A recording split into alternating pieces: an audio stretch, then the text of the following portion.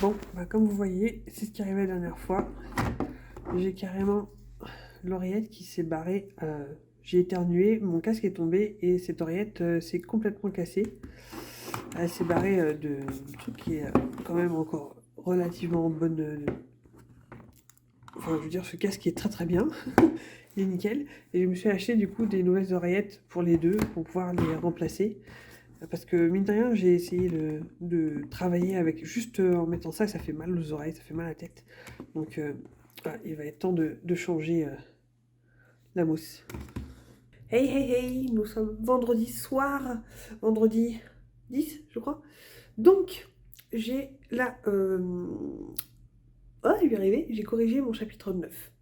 À la base, mon but c'était de chapitrer, voilà, j'ai du mal ce soir, de corriger un chapitre par jour, ce qui veut dire que normalement j'aurais dû être au chapitre 10, vous suivez. L'idéal, ce serait vraiment que je finisse ce nano avec voilà, au moins 31 chapitres de corriger, ce serait parfait, un chapitre par jour, je pense que c'est faisable. Donc voilà, ça avance bien, mais j'ai un chapitre de retard. Les choses qui se font bien, c'est que... Ça veut rien dire ce que je viens de dire. Ce week-end, je n'ai pas de cours de danse, je suis à la maison, donc je vais avancer au max, donc rattraper le chapitre que j'ai en retard aujourd'hui, et puis donc avancer au max. Les choses qui vont bien aussi, c'est que ça avance bien. J'ai encore, donc en fait les bêta lectures que j'ai en ma possession vont jusqu'au chapitre 13 pour l'instant, donc je vais me baser là-dessus. Il y a quand même quelques questions que je me pose par rapport en fait au rythme du début du roman.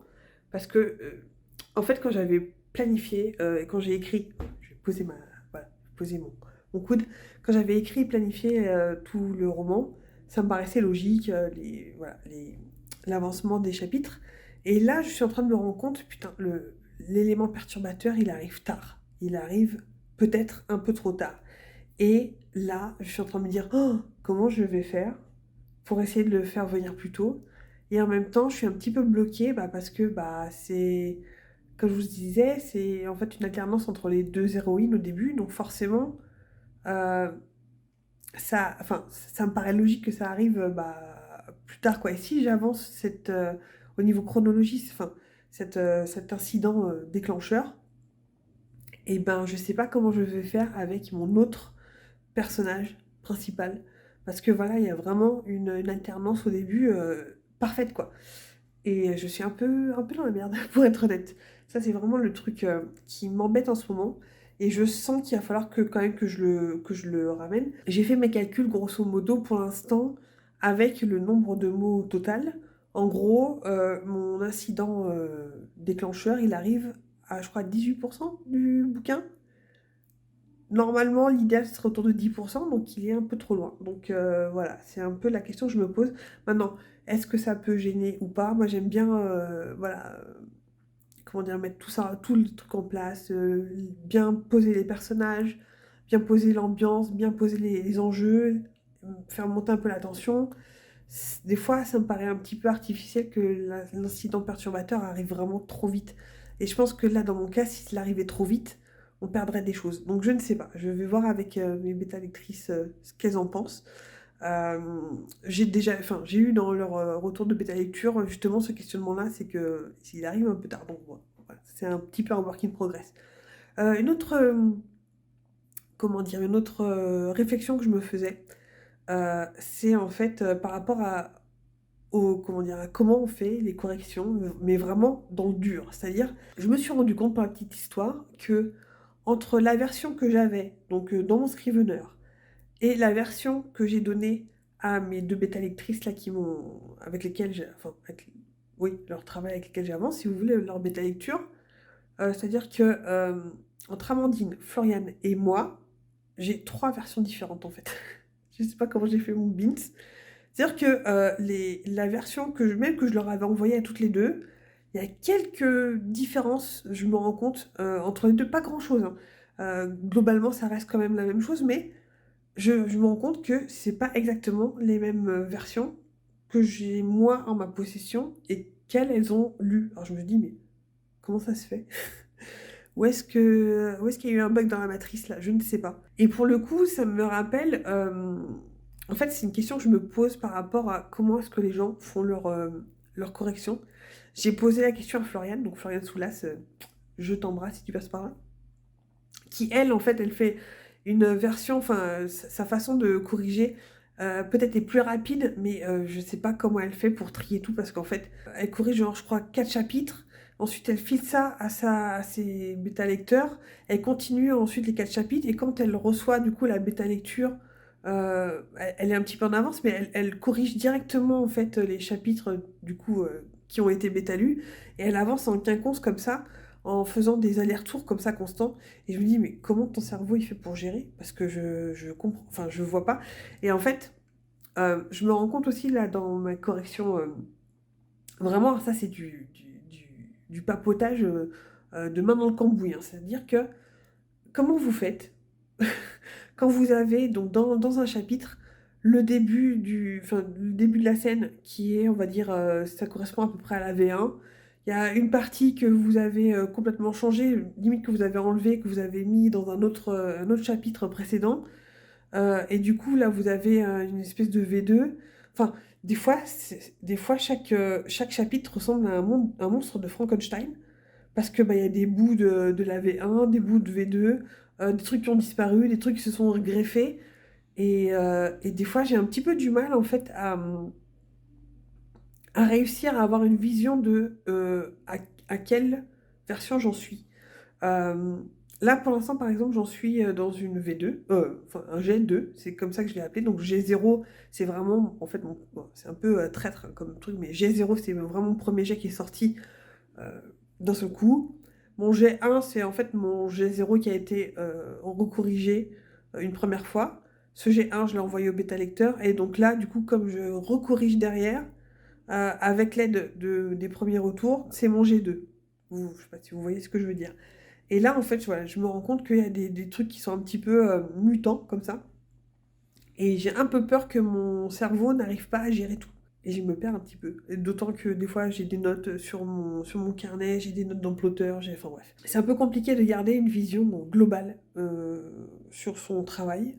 Et de voir justement, par exemple, là, si je me lance dans une restructuration du début du roman, bah, comment ça va influencer et influer sur la suite? Je sais pas. Des fois, c'est un peu la torture de neurones, quoi. Donc voilà. Bah, écoutez, je vous donne rendez-vous demain pour la suite. Est-ce que j'aurai d'autres réflexions? Je ne sais pas. En tout cas, j'espère que votre nano se passe bien et je vous dis bah, à bientôt, à demain. Ciao.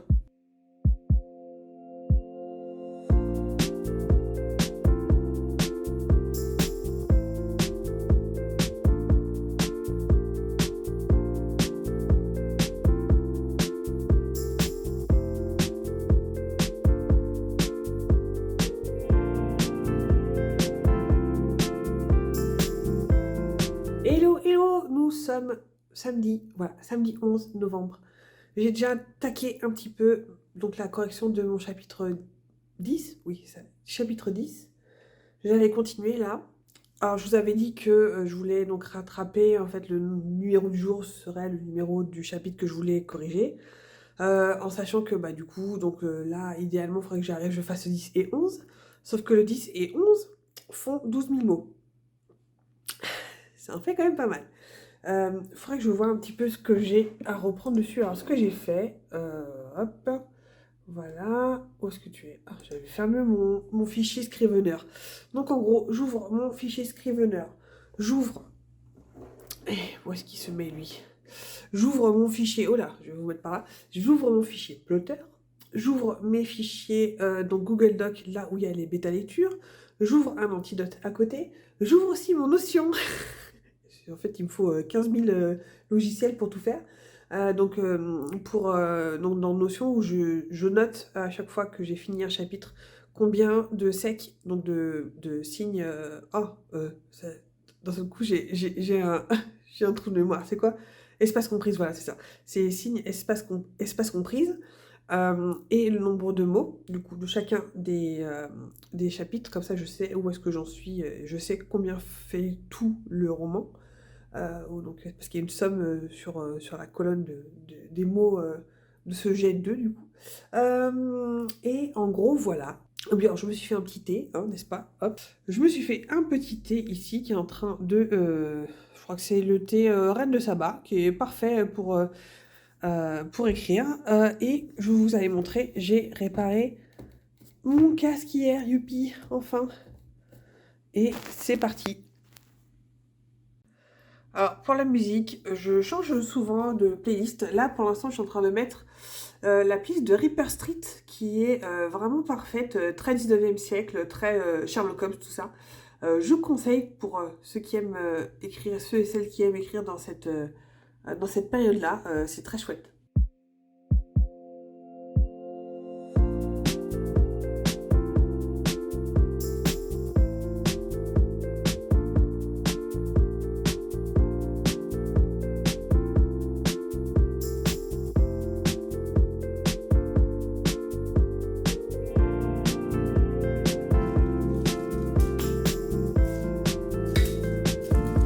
Oh, oh, oh, tu t'es cogné la tête.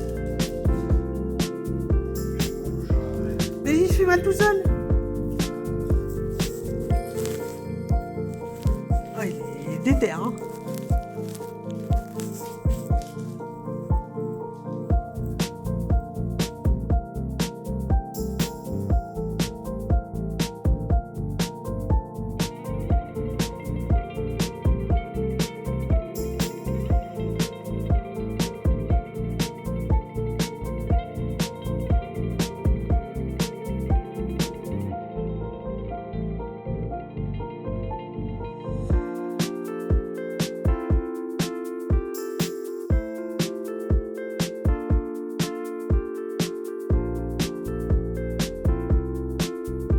Hello, hello, on se retrouve ce dimanche. Il est 9h30, je crois, 9h36 exactement. C'est parti pour la séance d'écriture de la journée. Mon but, c'est de finir mon chapitre 11 que j'avais commencé hier. J'ai fait la moitié hier, je vais faire la moitié aujourd'hui. Je crois qu'il me reste environ 4000 mots. Une scène, une grosse scène à corriger. Et le but, c'est de faire celui d'après, du coup le 12. Je sais plus combien de mots il fait celui-là. Ouvrons notre notion. Hop, je vais vous dire ça tout de suite. Ah, mais c'est pas ça que je veux. Allez, ouvre-moi l'oiseau de feu. Chapitre 12. Combien il fait celui-là Oh, ça va, 1732. Finger in the nose. Les deux, ça devrait aller. Alors ce matin, pour la petite histoire, je voulais lire un petit peu plus tôt le matin et corriger en début d'après-midi. Et au final, comme mon mec est sur le vélo d'appartement en train de regarder la moto GP, bah, j'ai dû switcher ce que je vais faire, ce qui est peut-être pas plus mal. Comme ça, je finis ça ce matin, hop, comme ça c'est bouclé, et puis peut-être que je pourrais lire un petit peu cet après-midi et dessiner. Ça fait très longtemps que je n'ai pas dessiné, je suis en train de me dire. Ce sera l'occasion de remettre une bûche dans le nouveau poêle et de profiter de dessiner quand il fait encore jour, ça c'est pas mal aussi. Donc allez, c'est parti, on va faire ce chapitre 11 et ce chapitre 12 et on n'en parle plus. Voilà. Qu'est-ce qu'il y a, Chacha? Et oh. Oui, c'est à toi. Tu veux jouer? Tu t'ennuies? Hmm.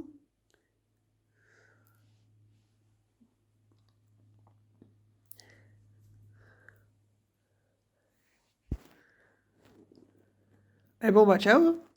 Bon, voilà, je viens de terminer la correction chapitre 11. J'ai beaucoup changé de trucs, il y a 3 grosses scènes. Il y a des choses que j'ai prises dans la scène 3 que j'ai mis dans la scène 1 et inversement, etc. C'est mieux comme ça, j'ai un petit peu arrondi les angles et j'ai été un petit peu plus, comment dire, cohérente entre le tout. Là, je voudrais attaquer le chapitre 12, mais je me prends un mur. Je me prends un mur parce que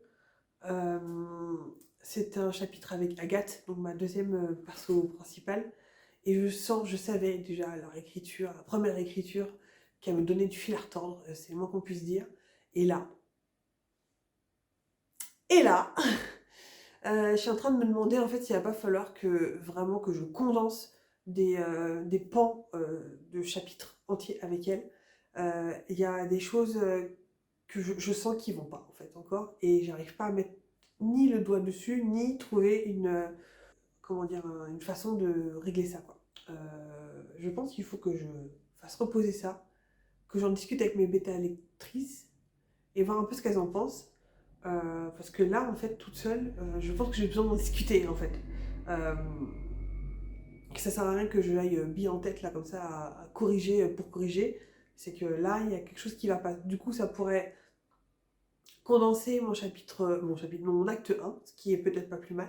Mais je pense que voilà, il y a des choses avec Agathe, ma deuxième perso, où voilà, on va mettre deux en un, ou en tout cas peut-être simplifier, essayer peut-être d'aller plus droit au but et d'enlever des choses qui, au final, peut-être sont ou redondantes ou pas très intéressantes au final. Je dis beaucoup au final. Donc voilà, pour l'instant, j'ai terminé ça. Ouais, là, je sais pas dans quelle direction aller et ça m'emmerde parce que bon, j'avais prévu d'avancer dans le chapitre 12 et bon, bah, les choses font que le chapitre 12, je sais pas comment on y prend. Donc voilà. Je pense que je vais arrêter cette correction aujourd'hui, ici. Il est 11h15. Je vais peut-être pouvoir aller lire un petit peu, ça sera peut-être pas mal. Et voilà, je vous laisse ici et je vous dis à très vite dans le prochain morceau de vlog. À tout de suite. Hello, hello! Nous sommes toujours dimanche. Je vous reprends aujourd'hui parce que il est quasiment 16h, enfin 16h moins quart, 14h moins quart. Je sors là d'une séance de brainstorming avec l'une de mes bêta-lectrices, Amandine. Si tu pars par là, si tu passes par là, je te fais des bisous et je te remercie. Parce que, je ne le dirai jamais assez, mais brainstormer avec des gens, c'est génial. C'est ce qui vous retire à chaque fois de l'ornière, c'est ce qui vous donne des idées. Et je pense que je me suis rendu compte, à chaque fois que j'avais un problème, en discuter avec une autre personne à voix haute, ça fait que vous avez des idées et peut-être l'autre a des idées qui vont provoquer d'autres idées chez vous. Et c'est comme ça que vous sortez de problèmes dans lesquels vous vous étiez embourbé. Donc voilà, on a discuté, ça a duré peut-être un quart d'heure, 20 minutes, peut-être une demi-heure. Et en fait, ça y est, j'ai trouvé ce qui n'allait pas. Je sais comment je vais devoir changer les choses. Qu'est-ce que je vais devoir changer, qu'est-ce que je vais devoir rajouter, etc. Et c'est génial. J'ai trop envie là maintenant là, de m'y remettre. C'est ce que je suis en train de faire. Je suis en train de refaire, de remettre dans le plotter donc, tous les éléments que je dois changer, que je dois bouger ou que je dois rajouter ici et là. Et voilà, le sentiment que enfin le roman reprend